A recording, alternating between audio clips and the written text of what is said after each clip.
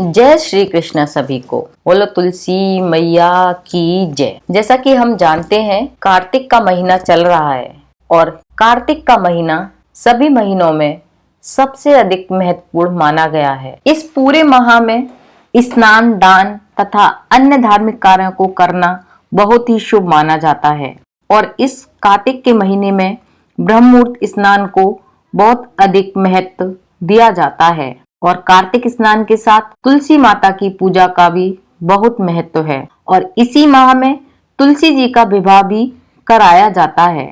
जिन लोगों के कन्या नहीं होती वह तुलसी जी का विवाह शालिग्राम जी से करवाकर कन्यादान का सुख प्राप्त करते हैं।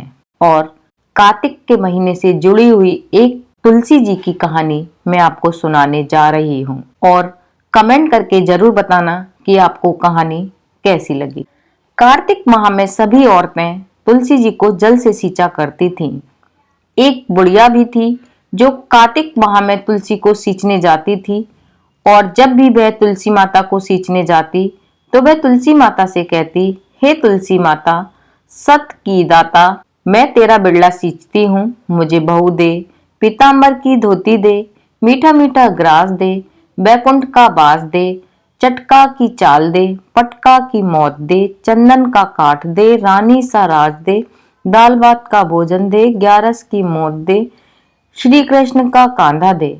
जब तुलसी माता यह सुनकर सूखने लगी, तुलसी माता को यूं सूखता देखकर भगवान ने उनसे पूछा कि हे तुलसी, तुम दिन प्रतिदिन क्यों सूखती जा रही हो? तुलसी माता ने कहा कि बस मेरे मन की मत पूछो। भगवान ने कहा कि मैं नहीं पूछूंगा तो कौन पूछेगा? इस पर तुलसी माता ने कहा कि एक बुढ़िया आती है और अपनी बात कहकर चली जाती है, मैं उसकी सभी बातें पूरी कर दूंगी, लेकिन श्री कृष्ण का कांधा कहाँ से लाऊंगी? इस पर भगवान श्री कृष्ण बोले कि जब वह मरेगी तो मैं अपने आप कंधा देने आ जाऊंगा, तुम बुढ़िया माई से यह बात कह देना। और कुछ दिनों बाद वो बुढ़िया मर गई। बुढ़िया के मरने पर सारा गांव इकट्ठा हो गया और उसका अंतिम संस्कार आने पर उसे उठाने लगे, लेकिन वह इतनी भारी हो गई कि उसकी अर्थी टस से मस नहीं हुई। सभी बोले, यह तो बहुत संस्कारी थी, बहुत पूजा पाठ करती थी, कोई पाप भी नहीं किया, फिर यह इतनी भारी कैसे हो गई? बूढ़े ब्राह्मण के वेश में भगवान आए और कहने लगे कि यह भीड़ कैसी लगी है? तब गांव वाले बोले कि एक बुढ़िया मर गई है और वह इतनी पापिन थी कि उसकी अर्थी भी नहीं उठ रही है, बहुत भारी हो गई है। भगवान बोले, मुझे इसके कान में कुछ कहने दो, फिर यह उठ जाएगी। भगवान बुढ़िया के पास गए और उसके कान में कहा कि माई, तू अपने मन की कर ले, पीतांबर धोती ले, मीठा मीठा ग्रास ले, बैकुंठ में बास ले, चटका की चाल ले, चंदन की काठ ले, झालर की झनकार ले, दाल भात का खाना ले और कृष्ण का कांधा ले। भगवान की सभी बातें सुनकर बुढ़िया हल्की हो गई। भगवान अपने कंधे पर उसे ले गए। बुढ़िया को मुक्ति मिल गई और वह बैकुंठ को चली गई। हे तुलसी माता, जैसे आपने उस बुढ़िया माई को मुक्ति दी, वैसे ही हम सबको भी मुक्ति देना।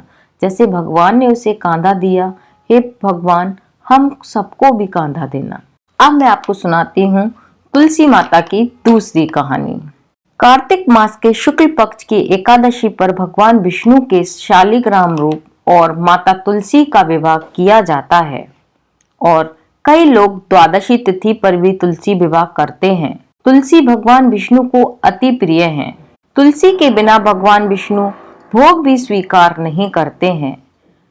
तुलसी पूर्व जन्म में एक लड़की थी जिसका नाम वृंदा था, जिसका जन्म राक्षस कुल में हुआ था। राक्षस कुल में जन्म लेने के बाद भी तुलसी भगवान विष्णु को बहुत प्रिय थी।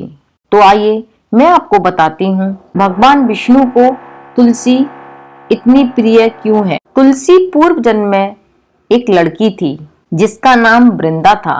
राक्षस कुल में जन्मी यह बच्ची बचपन से ही भगवान विष्णु की अनन्य भक्त थी। जब वह बड़ी हुई तो उनका विवाह राक्षस कुल में ही जन्मे दानव राज जलंधर से संपन्न हुआ। राक्षस जलंधर समुद्र से ही उत्पन्न हुआ था। वृंदा बड़ी ही पतिव्रता स्त्री थी, सदा अपने पति की सेवा किया करती थी। एक बार देवताओं और दानवों में युद्ध हुआ।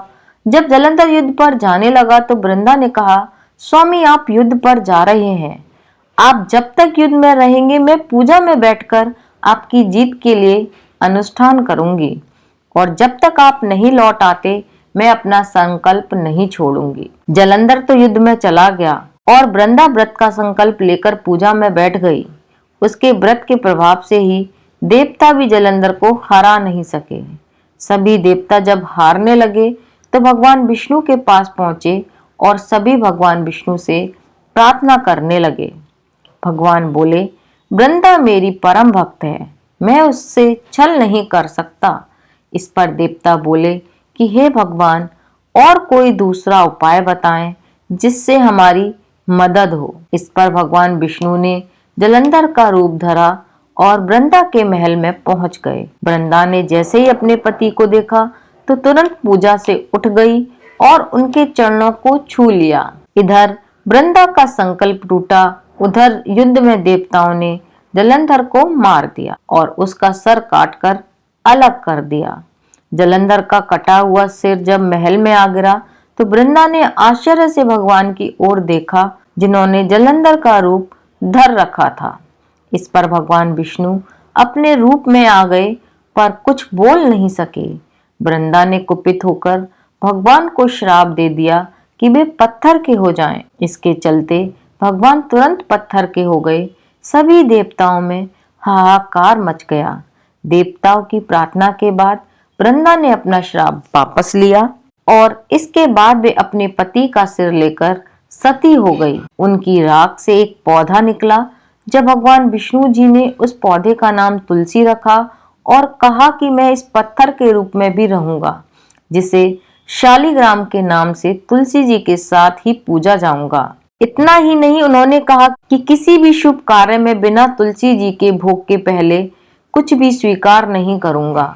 तभी से तुलसी जी की पूजा होने लगी। कार्तिक मास में तुलसी जी का विवाह शालिग्राम जी के साथ किया जाता है। साथ ही देवोत्थानी एकादशी के दिन इसे तुलसी विवाह के रूप में मनाया जाता है। आइए मैं अब सुनाती हूँ आपको तीसरी कहानी, जो कि है इल्ली और घुन की कहानी। एक इल्ली और घुन था। इल्ली बोली, आओ घुन कार्तिक स्नान करें। घुन बोला, तू ही कार्तिक स्नान कर ले, मैं तो नहीं करूंगा। बाद में इल्ली तो राजा की लड़की के पल्ले में लगकर कार्तिक स्नान करती। घुन ने कार्तिक में स्नान ही नहीं किया, दोनों मर गए। बाद में इल्ली के कार्तिक स्नान के पुण्य के कारण राजा के घर में जन्म हुआ और घुन राजा के घर गधा बन गया। राजा ने बेटी के विवाह की सवारी निकाली। बेटी ससुराल जाने लगी तो उसने अपनी पालकी रुकवाई और राजा से कहा, यह गधा मुझे चाहिए। जब राजा ने कहा, यह मत ले, चाहे और धन दौलत ले ले, पर लड़की नहीं मानी, मुझे तो यही चाहिए। गधे को रथ के साथ बांध दिया और गधा दौड़ने लगा। महल में पहुंचने पर गधे को महल के नीचे बांध दिया। जब लड़की नीचे उतरती तो गधा कहता, मुझे पानी पिला दे। जब लड़की ने कहा, मैंने पहले ही कहा था कार्तिक स्नान कर ले, पर तूने ही कहा था मैं तो बाजरा खाऊंगा और ठंडा ठंडा पानी पीऊंगा। उनको बातें करते देख राजा ने सुन लिया। जब राजा ने कहा कि आप मुझे सारी बात बताओ रानी, तब रानी ने राजा को सारी बात बताई कि मैं पिछले जन्म में इल्ली थी और ये घुन था। तब मैंने कहा तू भी कार्तिक नहा ले, पर ये नहीं नहाया। मैं कार्तिक स्नान के पुण्य से राजा के घर लड़की हुई और आपके घर में राजपाट कर रही हूँ। तब राजा ने कहा, कार्तिक स्नान का इतना ही पुण्य है तो हम दोनों जोड़े से नहाएंगे। रानी राजा ने अत्यंत प्रसन्न मन से कार्तिक स्नान कर दोनों ने दान पुण्य किया। सारी नगरी में कहला दिया कि सब कार्तिक स्नान पर नहाया हुआ पानी घुन पे डालेंगे, जिससे उस घुन को मोक्ष की प्राप्ति हुई। हे कार्तिक भगवान, जैसा सुख इल्ली को दिया वैसा सबको देना। उम्मीद करती हूँ आपको ये कहानियाँ पसंद आई होंगी। पसंद आई हो तो कमेंट करके जरूर बताना, लाइक करना और अपने फ्रेंड्स और फैमिली मेंबर्स के साथ शेयर भी करना।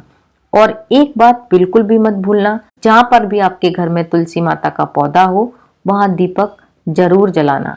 अगर आप सुबह शाम ना जला पाए तो शाम को अवश्य जलाना।